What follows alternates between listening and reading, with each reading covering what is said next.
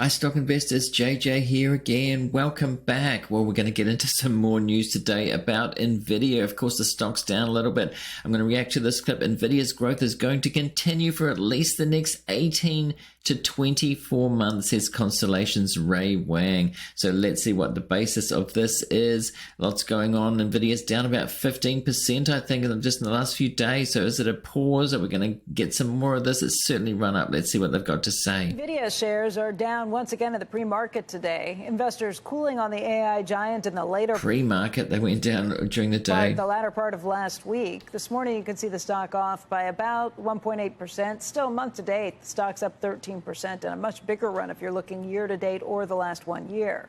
Sure is. This year to date, pretty incredible run. It's added $1 trillion of market cap, as I've said before in previous videos. $1 trillion of market cap just in the last few weeks. Joining us right now with his take on the stock of the moment is Wang. He is Constellation Research founder, chairman, and principal analyst. Hi, Ray. Hey, good morning. You've got a $200 price target, and you say there's a $200 in the old money's $2,000. Of course, the 10-to-1 stock split. So I still think of it as 2,000. It's easy to think, oh, it's cheap because it's in the hundreds, but really it's just a stock split. It's just slicing the pizza into more pieces. It's what stock splits do. There's an entire list of 7 reasons why you are convinced this stock is going to get there. Why don't you lay out the broad argument? Well, Becky, there's 7 moats that are important on why the stock will hit 200. First is a visionary-led CEO, and that's very, very important. As you've seen in the Valley, those are the ones that have led, like the Larry Ellisons of the world, the Scott McNeelys, the Mark Zuckerbergs. The second one is the high barrier to entry. There's few competitors that can come into this chip market, and it takes a long time to get a chip to market. And if you can do that, and if you succeed, and then if you can actually get the right chip, that's a very, very hard thing to do. The third one is high switching costs. Once you're in, you're locked in because of the CUDA software. You're able to access the chips, the software, and the entire stack. You're going to be locked in for quite some time. And they've got... So the switching costs, that's definitely a moat. Warren Buffett talks about sustainable competitive advantages or moats. Switching costs is definitely a moat kind of thing. So that's what he's talking about here. And about the CEO, I mean, there are star CEOs, entrepreneurs that can carry companies along. If you'd stuck with Jeff Bezos, you would have done very well, and Elon Musk from early on. But, that only goes so far when the stock runs up. Expensive is expensive. We saw Microsoft get to $600 billion market cap during the dot-com bubble. We saw Amazon get way ahead of itself. So, great companies can still be bad investments if they run up. The question is, what is it worth at the time as the market got ahead of itself? He thinks there's a lot more to go, for at least the 18 to 24 months. Got quite a lead in terms of doing that. And of course, Nvidia's had dominant market share. And I think that makes a big difference because they've been in this market for quite some time, and the competitors are behind by 24 months.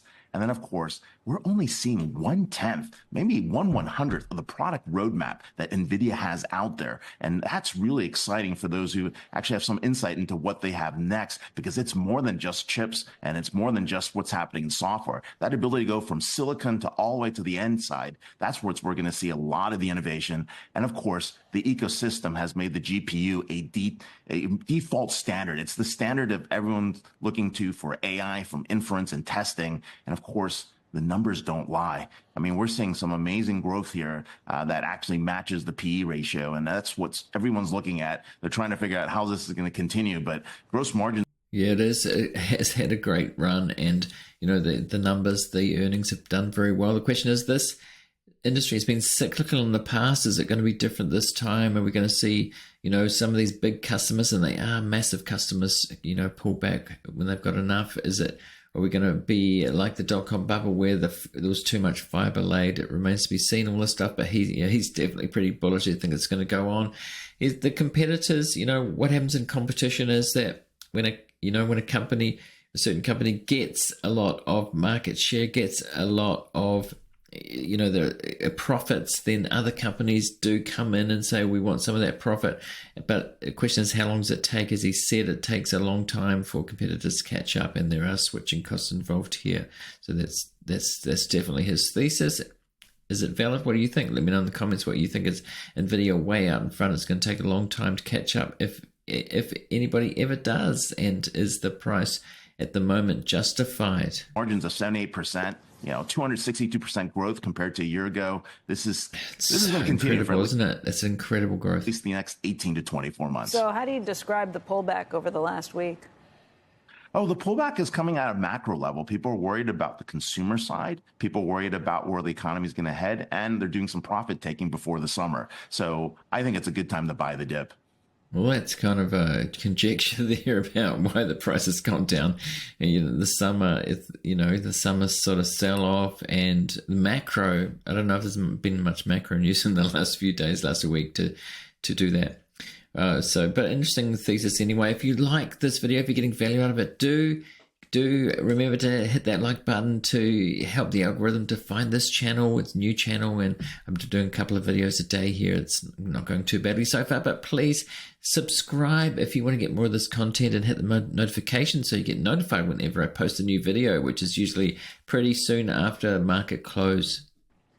Ray, there are some people who look at this and say, okay, this is the equivalent of what we saw with Cisco back when the internet phenomenon was taking off in the late 1990s. How is this different?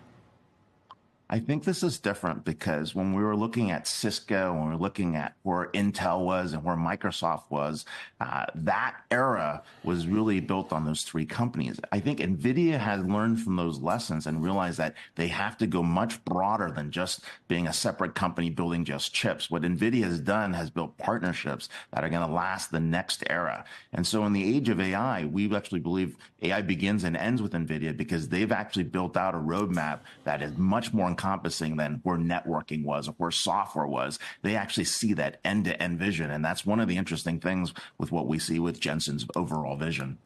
I'm not sure I buy that in terms of, that NVIDIA's learned from the past, because history does tend to rhyme. It doesn't repeat exactly. No, I don't think it's like the dot-com bubble, but, these things can get away. There's a lot of excitement. I don't think the company has a lot to do with what the market, how the market sees it, and the market gets overexcited. That hasn't changed in history. So I don't know. I think that's the end of that interview there. So it's interesting to hear what he said. The run's going to continue. There are a lot of analysts that are very bullish on it still.